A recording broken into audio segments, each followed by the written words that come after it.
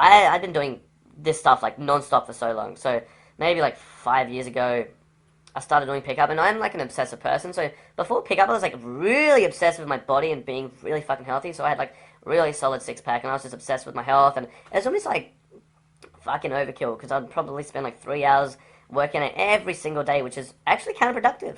After a certain amount of hours, it becomes less effective, and it's actually to a certain degree with pickup. So that actually made it hard for me to pick up straight away because I went into it so hard at first. I built an identity around the things I was good at, which is a lot of approaching, but then that identity kind of stopped me from improving where I needed to improve, and that was comfort. And when I finally figured it out, it was really big. But that it took me like a year to figure that out, which is way too long.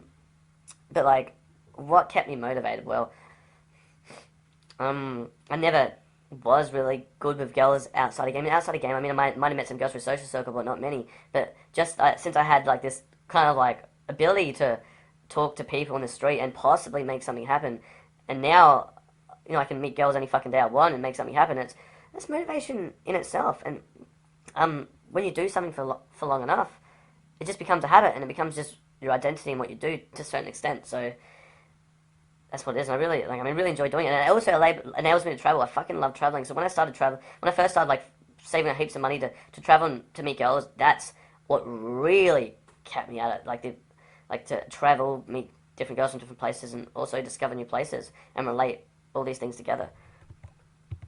And seriously, the biggest challenge I've had is like recently having girls I really really care about that I could even consider quitting game and getting a relationship. Find out about my YouTube channel or this pickup, the fact that I'm doing all this, and it's made it like unnecessarily hard to continue connecting with them the way I did before. I mean, I'm still doing it, but it's just quite a hurdle when you know that when a girl knows all this, it's almost like they know too much, and it's like a burden on them as much as it's a burden on yourself. So sometimes like maybe life would be easier, and I could just like be with a girl I fucking love and not have to like put that burden on them and whatever. But I've accepted that. It is what it is. At least I'll do this for maybe another 5 to 10 years, I reckon. Alright.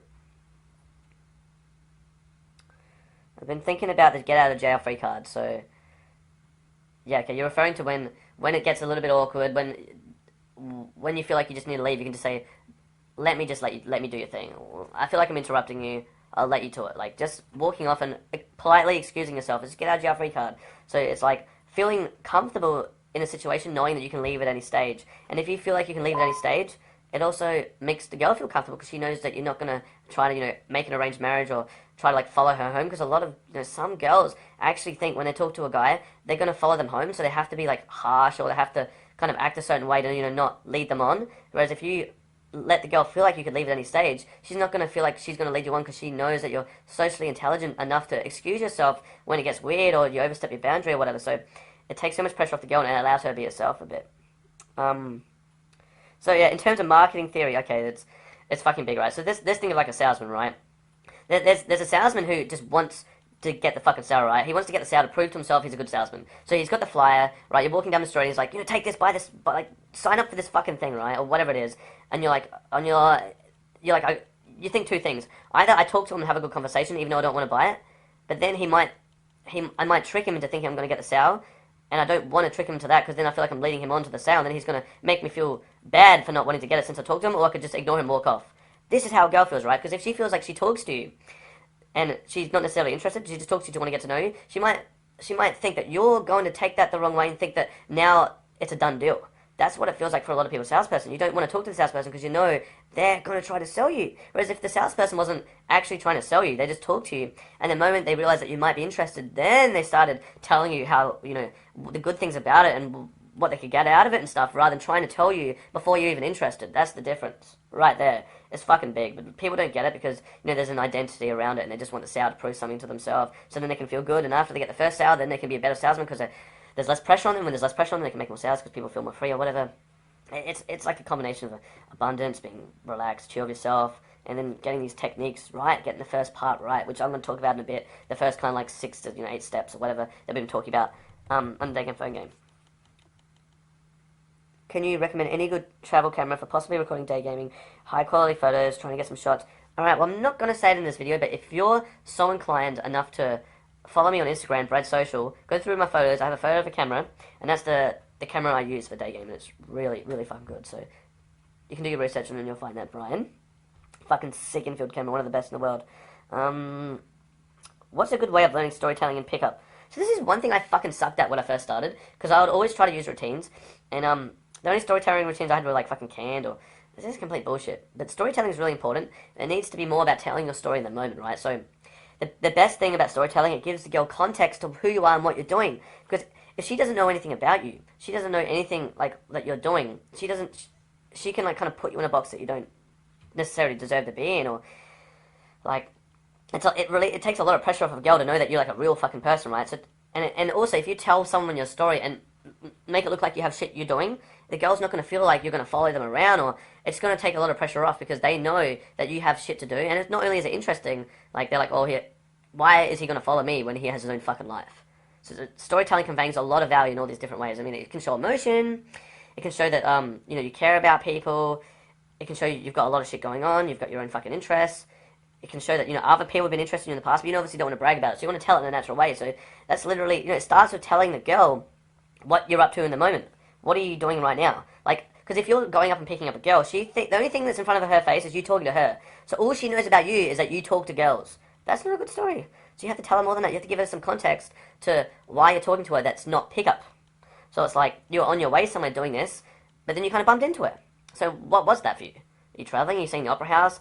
You're on your way to work? And what does that represent for you? Summing up in like a quick way, right? That's just, in short, telling your story at the start. It's very important. It gives the girl an insight to who you are. It builds familiarity faster as well. And it's like, you can, or if you do the storytelling well, you can always really like excuse yourself pretty easily. You always got a lot more to talk about. And one of the biggest things with the storytelling as well, when you get a girl's number, one of the biggest things that happens, the girl's like, who was that guy? I don't know who he was. She might have been attracted to you. She might have felt comfortable with you, but if she can't answer this question, who was that guy? She's probably not going to want to see you again because she has no like narrative to tell her friends about it, right? Or to even tell herself, because she's going to forget about the emotions, and when she gets about the emotions, she's only left with the logic, and the logic's the storytelling. So she needs that to kind of want to see you again, so that's the storytelling that's important. So a good way to get good at storytelling is to live a more interesting and cool life, right? So if you don't have shit going on, find more habits, find some more hobbies that are things you could talk about and things that you enjoy, so you can express that when you talk to people, and then start showing people what it is that you like and what you're doing now that's unique to you, and then they'll remember you for that. That's all the questions on my thing here. Let's see if I've got any more questions live on this video. I have to refresh the page.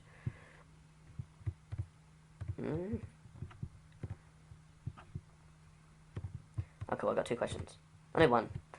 Talk about the importance of charisma, passion. Some guys have the knowledge, but lack the inspiration, the spark, and the riot. How do you keep the irrepressible enthusiasm with meeting so many girls and always have that smile on your face? Okay, cool. One of the biggest things you can fuck up, right, with this is if you always do the same thing over and over again. This is the worst thing, right? So if you go out and approach 30 girls, I'm an approach machine. I talk to a lot of girls. So the best way I stop myself from getting bored and doing the same shit over again is changing up what I say at the start, right? So if I go up to every single girl and I say, hey, excuse me, miss, I just wanted to come over and meet you, or hey, I just thought you were adorable, I want to come say hi, hey, I wanted to come and meet you today. If I keep saying the same things, I'm going to get bored. It's going to be more rehearsed. It's going to seem more like I had no emotion.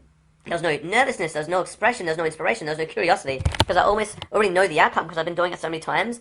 It kills the enthusiasm in myself. And when you're talking to a girl, you have to first lead with your emotions, not expect her to have it first. And if you don't have the enthusiasm yourself, you don't even care about meeting her because you're so bored and you're so jaded. How do you expect her to be excited at meeting you if you're not excited meeting her, right? So there's a lot to talk about here. If you feel like you've been in the same city or there's something holding you back, right? Your 9-to-5 job, you're too corporate or whatever. Give yourself a fucking break, so then you can live the other side of life of being more enthusiastic or having more fun, right? Going to more clubs, or if you're too burnt out going to clubs every fucking day, try more day game. And one big thing is, when I stay in a city for a very long time, like Adelaide for years, I'll get very complacent with that city and I always get fucking bored of it, right? So a few years in a city for me is enough, especially since I approach a lot. So traveling around really helps with this. Now, you can still live in one city, but hopefully a big, multicultural, big city like New York or something, right? Where it's just big, right? Because the smaller the city, the more you're going to get bored, and the more you're going to see the same kind of girls, and you're not going to have that spark quite as much, I don't think. So if you live in a city like that, traveling a few times a year just to refresh your brain. And when you come back, you have that spark back in your eye because you're excited to come back home, right? So you go over to Vegas for a month, you come back, and you're like, oh, I miss home. Like, Vegas is crazy. I'm done now, and I've had that spark in your eye to be back home. Because there's one big thing in game that gives you, like, results like no other. So you might get, like, a one go every week, right? And then you go to a new city and you're so excited about being there, you might start getting 3 girls every week. And it's literally for the same time investment. It's because you have that enthusiasm, that spark in your eye, that, like, I don't have anything to lose mentality. I don't give a fuck. Because I don't know anyone here. There's no repercussions kind of mentality that does you so well. People would love that. I don't give a fuck, but I want to meet people. I want to enjoy myself. I want to have fun. I want to express myself. I want to try new things, kind of thing.